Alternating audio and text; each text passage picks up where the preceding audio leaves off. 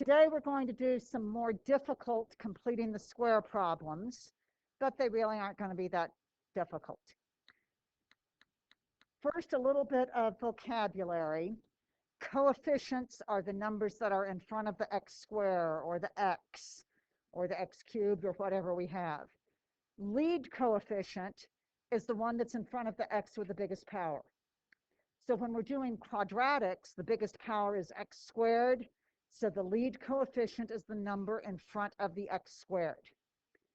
So far, when we've done completing the square, they have all started with 1x squared. Today, we're going to learn what we do if it starts with 3x squared, or minus x squared, or negative 2x squared. First, let's do a quick one where we complete the square, and it does still start with 1x squared. Who remembers how we start on one like this? Hopefully everybody. Daniel, how do I start? So I get the x squared and the x on one side and the not x on the other side. Then what do I do next, Kit?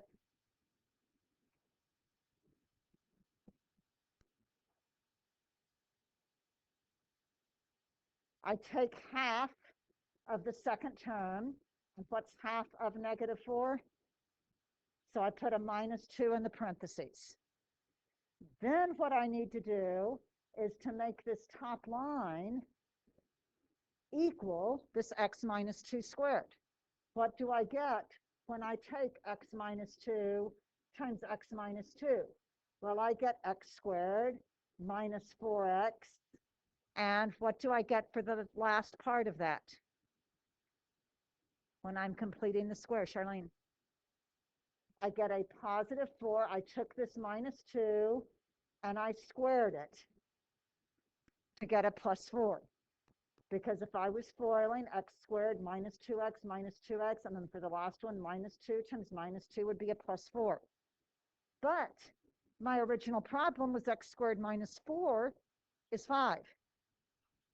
So now x squared minus 4x plus 4 can't still be 5. So what do I have to do to the other side to keep it the same problem?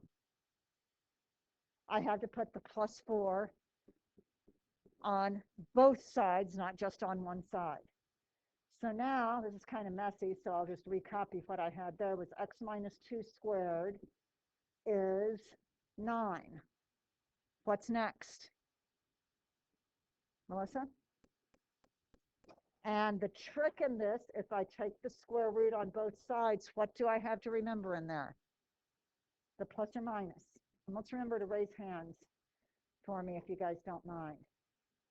So we now have the square root undid the square, and we just have x minus 2 is, do I know the square root of 9? Everybody shout it out. So plus or minus 3. So x is 2 plus 3, 2 minus 3, 5, negative 1, and I have solved that by completing the square. So we got 1x squared plus something x equals, we took half, we squared that, added it to both sides, then we took the square root of both sides, then we simplified. That was our method. Now we're going to look at one that does not start with 1x squared. So we're going to make it start with 1x squared so we know what to do with it. So what I am going to do here is if I divide by 3, I have 1x squared. But I can't just divide one part of it. I have to divide the whole left side and the whole right side by the same thing. So first thing I do is just go through and divide everything by 3. Then I can start to write down what I really have. X squared plus, and we keep fractions. We never change to decimals, especially not if they'd be rounded.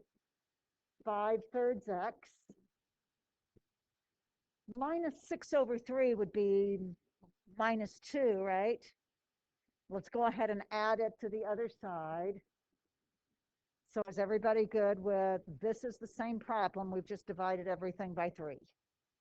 Now we do the same method we've been doing. It's just messy because we've got that 5/3 in there. So the next step, once we have it set up like that, is we get our little parentheses that starts with x and we square the whole thing. What do I do to the 5/3 to get what goes in here? Morgan, what do I do? I take half of it. I divide it by 2, but I don't know about you. When I try to divide a fraction by 2, a lot of times I make a mistake in there. But dividing by 2 is the same as multiplying times a half, right? Take half of 5/3 means multiply 5/3 by a half. It was positive, so it's still positive. 5/6. Then I FOIL out x plus 5/6 times x plus 5/6 would be everything I've already got here. Plus, and what do I do to the 5/6? I need to square it. So on this side, I'm just going to say I'm taking the positive 5/6 and I'm squaring it. Now that I'm looking at what I need to do, on this side, I'll write the same thing, but in a little bit different form. 5/6 times 5/6 is 25/36. Thumbs up, thumbs down. Does it make sense so far? Just messy numbers. That's the only difference at this point compared to what we've been doing. Now I need to add 2 plus 25/36.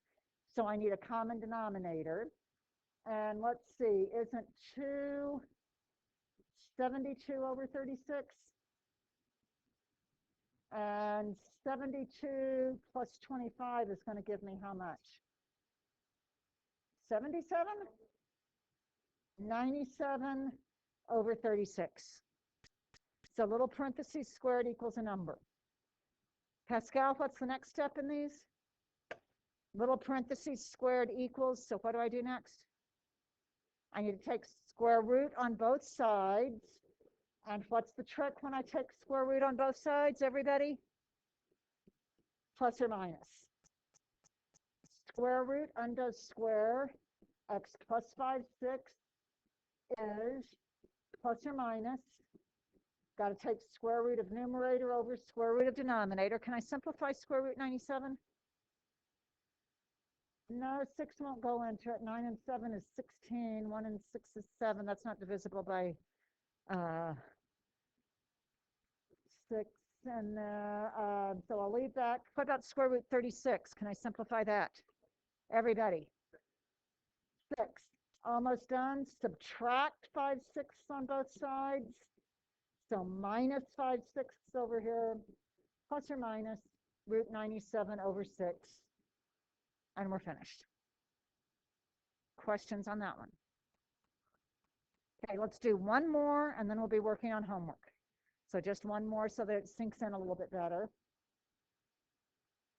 So we want to solve by completing the square. Does it start with 1x squared? So Austin, what do I have to do first? I had to divide everything, both sides, by 3.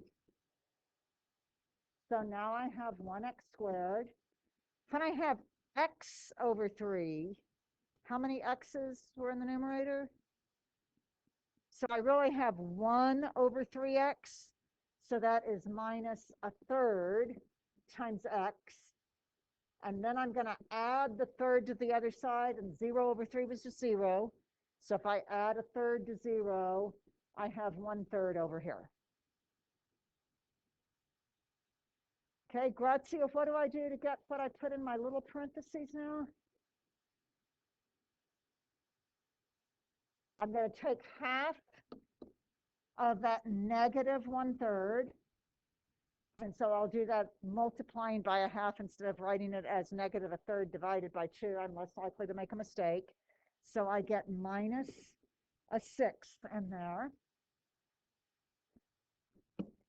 But what comes next? So I have to square that negative 1/6. The minus sign doesn't really matter because when I square it, it becomes a plus. So I am adding 1/36 to both sides.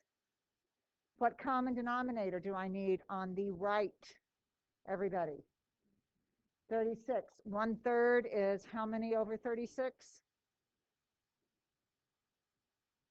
So I can change that to 12 over 36. So I have 13/36. What comes next? Square root. What's the trick? Plus or minus. Almost done here. X minus a 6 is plus or minus. Can I simplify root 13? What about root 36? Add the 1/6 to both sides.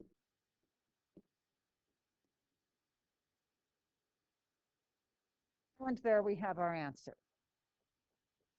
So not really anything different, just we have to divide first, so maybe we have some messier fractions than we're used to doing. Otherwise, exactly what you've already learned. So let's try some homework now.